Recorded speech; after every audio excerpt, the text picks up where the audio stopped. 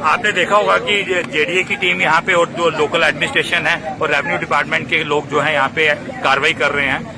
ये एक state land थी, काफी बड़ा लैंड का जंग था। सुबह मॉर्निंग में सुबह यहाँ के जो कारपोरेटर हैं लोकल सुचा सिंह जी और जो लोकल यहाँ के लोग हैं स्थानीय निवासी हैं, उनका फोन आता है कि ऐसे ऐसे लैंड को इनकोच किया जा रहा है। जब मैं सुबह यहाँ पे आता हूँ तो मैंने देखा कि इनकोच किया नहीं जा रहा, ये लैंड इनकोच कर ली गई हुई है। मैंने उसी टाइम डीसी साहब से बात की और डीसी साहब ने इमीडिएट एक्शन लिया। मैं उनका धन्यवाद करता हूँ। उनके रेवेन्यू डिपार्टमेंट के जेडीए के ऑफिसर्स आए, ऑफिसर्स वगैरह सभी आए और जेसीबी वगैरह लाई यहाँ पे और इनकोचमेंट हमने हटाई। और आपने देखा होगा कि इस लैंड का जो स्टेटस को है, और थोड़े दिन पहले ही आपने सारी यहाँ पे जब यात्रा फ्लैग ऑफ की गई थी, आपने सब लोगों ने यहाँ पे कवरिंग की, यहाँ पे लंगर लगे हुए थे, यहाँ पे किसी की लैंड नहीं थी। स्टेट लैंड पे जो है कैप्चर करने का, इनकोच करने का राइट किसी ना ऑर्गेनाइजेशन को है, ना किसी इंस्टीट्यूशन को है, ना किसी इंडिविजुअल आदमी को है। जो स्टेट लैंड है वो लोगों के वेलफेयर के लिए है। अगर कुछ होगा तो यहाँ के लोगों के वेलफेयर के लिए हम डेवलपमेंट करेंगे।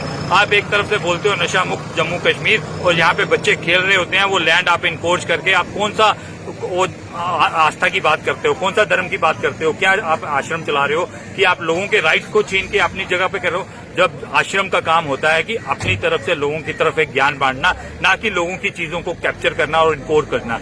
इसमें जितने भी लोग इन्वॉल्व हैं, मैं एडमिनिस्ट्रेशन को कहना चाहता हूं, उनके अगेंस्ट एफआईआर और आश्रम के अगेंस्ट एफआईआर लॉन्च करनी चाहिए, जिन्होंने वायलेशन ऑफ कोर्ट किया है, जो लैंड इनकोच की है, और जो लोग इसमें इन्वॉल्व हैं एडमिनिस्ट्रेटिव लेवल पे, क्योंकि ये एक दिन का काम नहीं है। 4-5 दिन के अंदर ये हुआ है सब। 4-5 दिन के अंदर एडमिनिस्ट्रेशन सोई हुई थी कि उनको मालूम ही नहीं लगा कि इतना बड़ा लैंड का जंग जो है इनकोच किया जा रहा है। आज उसके ऊपर एक्शन होता है। उसके लिए मैं डीसी साहब को और जो जेडीए के जो ऑफिसर्स वगैरह हैं उनका धन्यवाद करता हूं।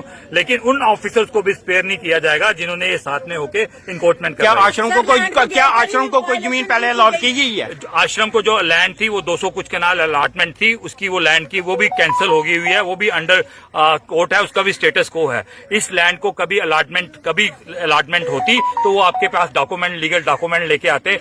अरविंद गुप्ता भी स्थानीय यहाँ पे विधायक होने के नाते नहीं, मैं लोगों का सेवक हूँ। किसी को चाहे कोई भी हो, गलत के साथ गलत जगह नहीं होऊंगा और सही आदमी के साथ सही जगह खड़ा रहूंगा। गलत के साथ मैं कभी भी चलने वाला नहीं हूँ। अगर उनके पास डॉक्यूमेंटेशन होती, कुछ पेपर्स होते, तो मैं उनके वहां पे खड़ा होता। जब उनके पास कोई पेपर्स ही नहीं है, जब वो इनकोच कर रहे हैं और जो लोग इन्वॉल्व हैं उनके अगेंस्ट एफआईआर की जानी चाहिए।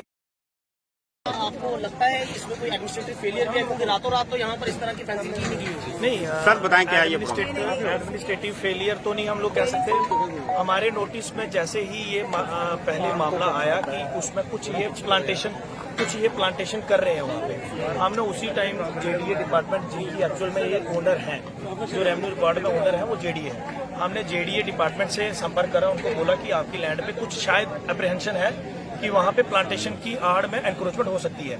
तो जैसा आपको पता कि अभी 2-3 दिन जैसे किश्तवाड़ में इशू हुआ, कठुआ में इशू हुआ, तो एडमिनिस्ट्रेशन सारी वहाँ बिजी थी और इन बिटवीन 2-3 छुट्टियां भी थी, जन्माष्टमी। तो उसी की आड़ में इन्होंने एक ही दिन में ये रातों रात प्लांटेशन की आड़ में ये एनक्रोचमेंट की है। तो मैं नहीं कहता एडमिनिस्ट्रेटिव फेलियर है। एडमिनिस्ट्रेशन ने जैसे ही हमारे नोटिस में आया, आपने देखा होगा हमारी ज्वाइंट टीम जो जेडी के साथ है, पुलिस और हमारी डिस्ट्रिक्ट एडमिनिस्ट्रेशन, तो हमने उसी टाइम इसकी एनक्रोचमेंट को हटा दिया। ये जमीन वैसे है किसके?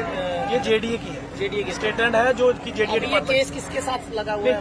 केस लगा है जो आसाराम बापू को जगह अलॉट की थी जेडीए ने, और जेडीए वर्सेस जो आसाराम बापू जी को जो उनकी मैनेजमेंट है, उनके दोनों के बीच में ये मैटर सब्जुडिस है। बट जो अलॉटमेंट जेडीए ने आसाराम बापू को करी थी, वो आज की डेट में वो अलॉटमेंट कैंसिल कर दी गई है जेडीए द्वारा। लेकिन उसके इन बिटवीन क्या हुआ कि आसाराम जी के जो मैनेजमेंट के लोग थे वो चले गए कोर्ट में, तो उस पे उन्होंने स्टेटस को लिया है। तो कोर्ट ने अभी डायरेक्शन दी है कि उस जगह पे स्टेटस को मेंटेन किया जाए, किसी तरह की कोई भी अल्टरेशन या किसी तरह की कोई भी चेंज वहां पे ना की जाए।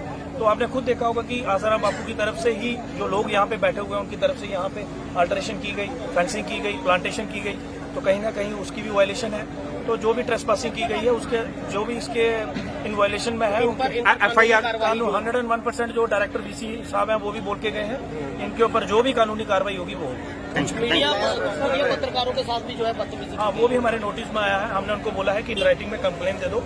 हमने वो कंसर्न जो पुलिस यहाँ इंचार्ज है, हमने बोल दिया है कि जो महिला पत्रकार पे कुछ ऐसा अगर किसी ने अटैक किया है, जहाँ फिजिकली उनको असॉल्ट करने की कोशिश की है, तो उनके ऊपर भी कार्रवाई। तो हमने